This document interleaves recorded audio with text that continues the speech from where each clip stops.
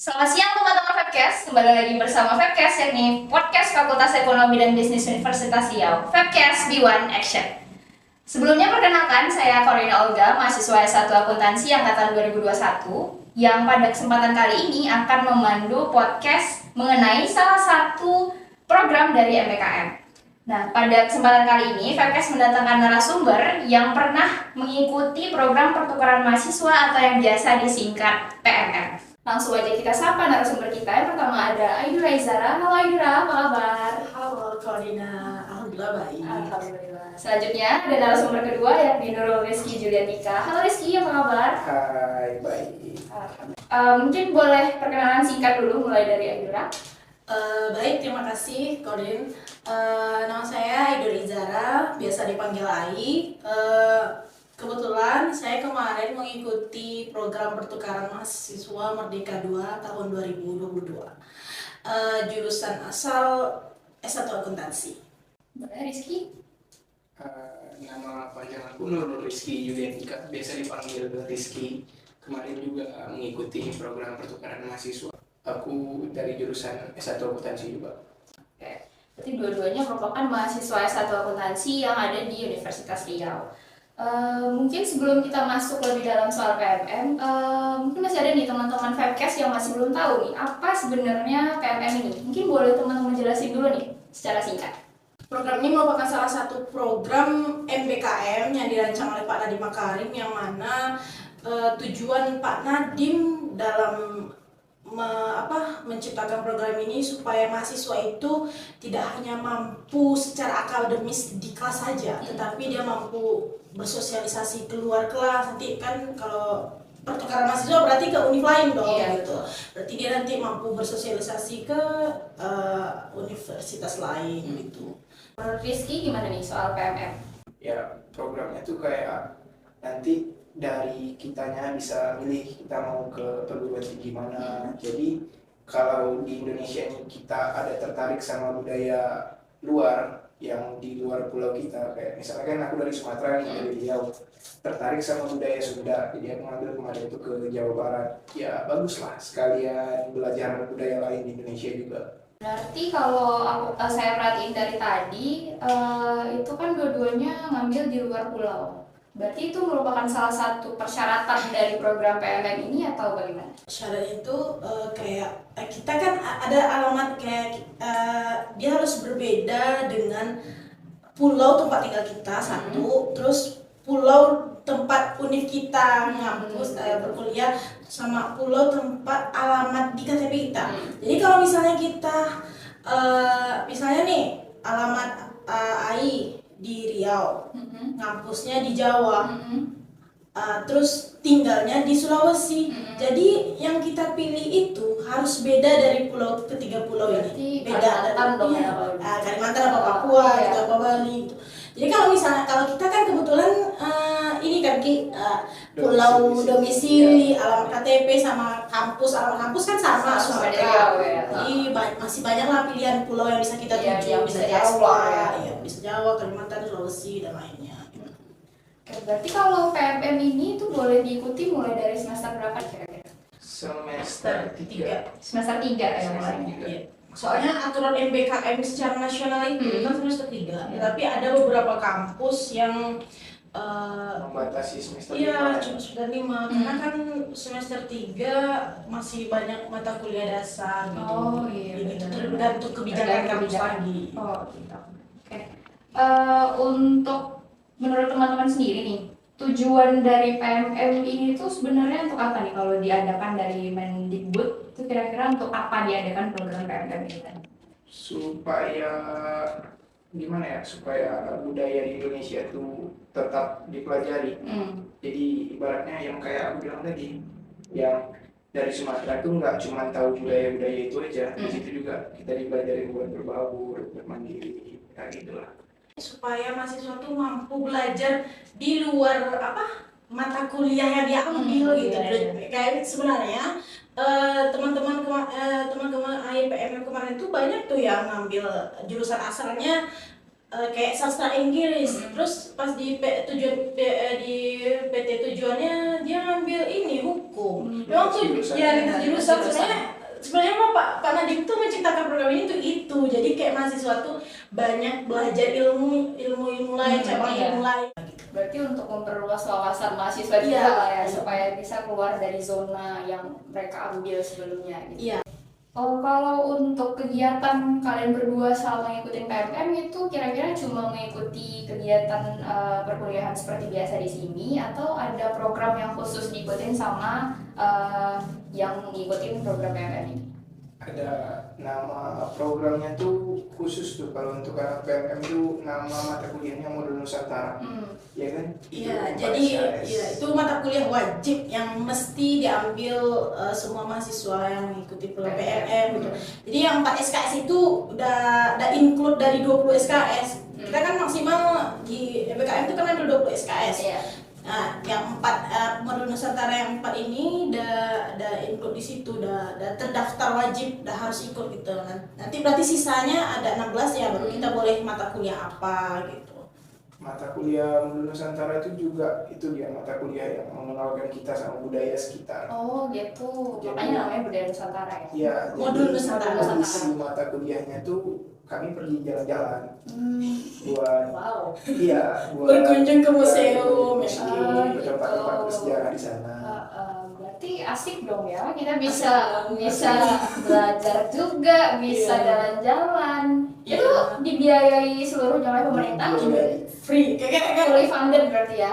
iya kayak Wow. kita makan kan itu hari Sabtu ya Ki, kalau nggak Sabtu Minggu lah pokoknya.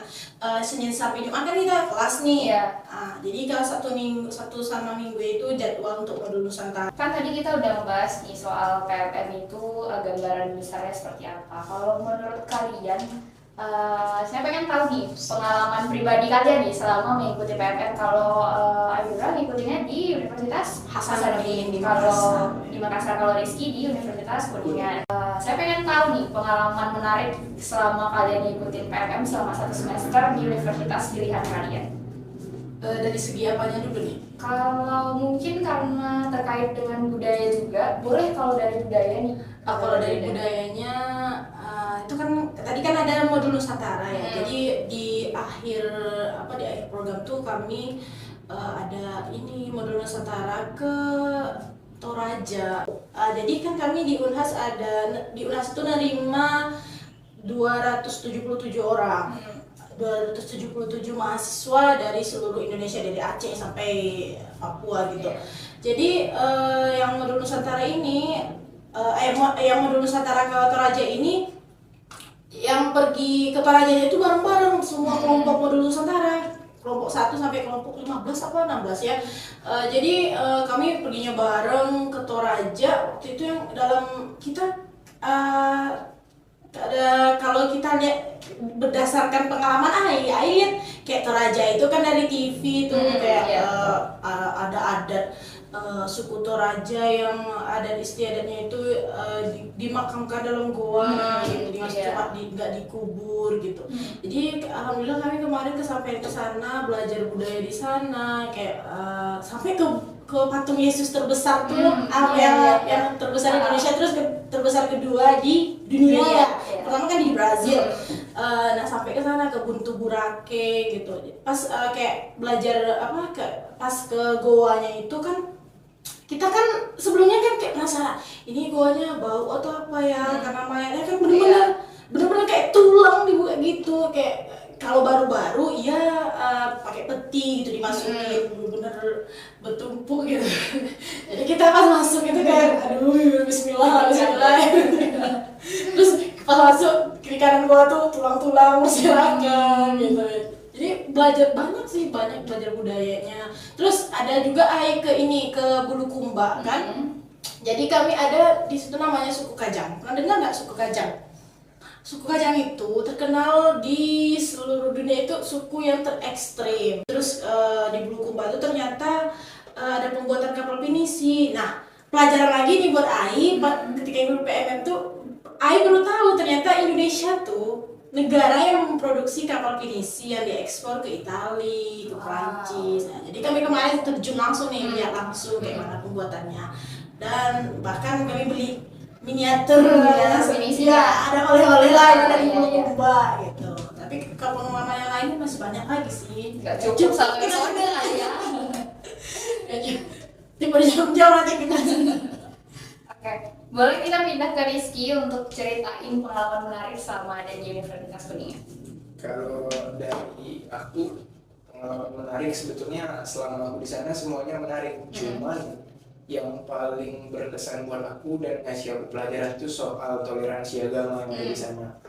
Karena di sana tuh tingkat toleransi agamanya tuh sangat tinggi, sampai orang sana tuh ngasih julukan ke daerah itu tuh kayak miniatur dari NKRI. Kayak ya ada yang agamanya Kristen, Islam, Hindu, itu tuh bisa damai, nggak ada pertengkaran kayak yang di Indonesia sekarang lah ya. Iya. Kalau pelajaran itu sih pengalaman paling menarik itu tuh karena aku hobi ngedaki. Di Kuningan tuh kan ada Gunung Ciremai itu atap Jawa Barat, itu sih yang paling berkesan. Berarti selama 1 semester kerjanya mendaki gunung terus gimana? Iya. Oh iya, enggak juga. Berarti Sambilan. sambilan lah ya, sambil nge-explore gunung juga di sekitar situ. Oke, tadi kan kita ceritainnya tentang pengalaman menariknya aja nih. Kita belum masuk ke inti dari PMM-nya. Sebenarnya tata caranya dulu mungkin, tata cara teman-teman ketika mendaftar PMM itu gimana? Kalau pendaftaran PMM tuh kan bakal ada sosialisasi tuh dari kampus Merdeka langsung.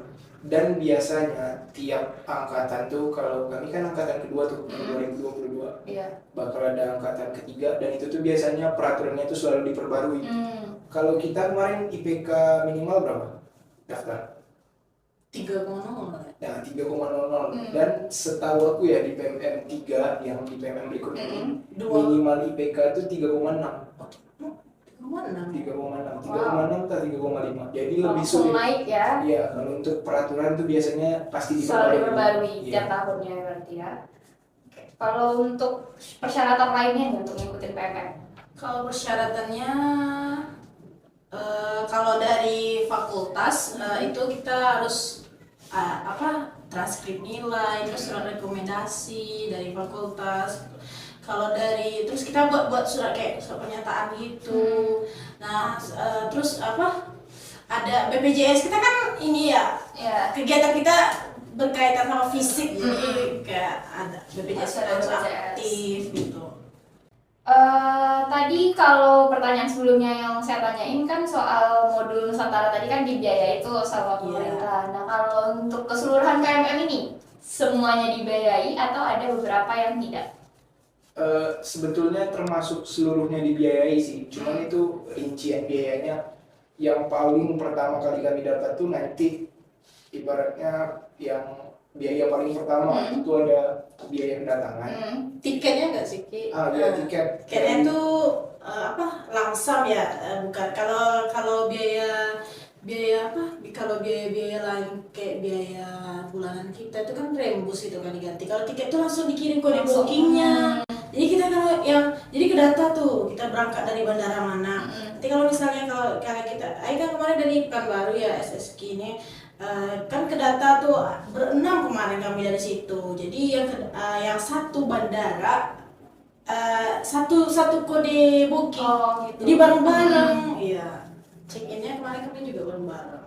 Berarti bisa dibilang hampir seluruhnya hampir seluruhnya dibiayai oleh ya itulah, pokoknya biaya pulang pergi pesawat itu ditanggung, habis itu biaya kedatangan ntar dapat biaya per bulan dapat, sama kalau kita nggak nerima beasiswa itu ada potongan UKT. Oh gitu.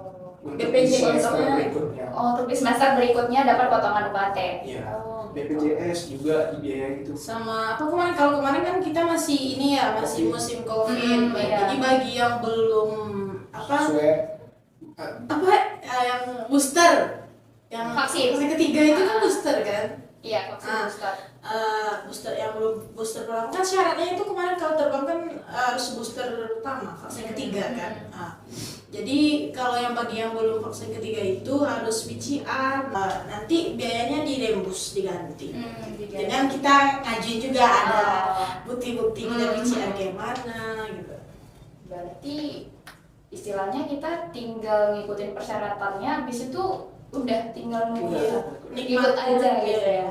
Sekaligus bisa dapat pengalaman baru soal budaya juga. Banyak banget sih Banyak pengalamannya. Oke. Kalau tahun ini kira-kira teman-teman tahu nggak tuh mulai pendaftarannya dari bulan berapa sampai bulan berapa, terus pelaksanaannya kira-kira tahu nggak? Belum, yang PMM3 nya belum ada informasi. Belum ada informasi ya. Kayaknya habis lebaran, soalnya kita kemarin ada habis lebaran nanti di waktu kita libur pas sebelum UAS gitu. Ini masih ingat kemarin yang ngurusnya sebelum UAS lah, ngurus surat-surat rekomendasi itu. Kalau kemarin kan yang untuk tahun ini kan masih pendaftaran bagi perguruan tingginya. Kalau untuk mahasiswanya belum.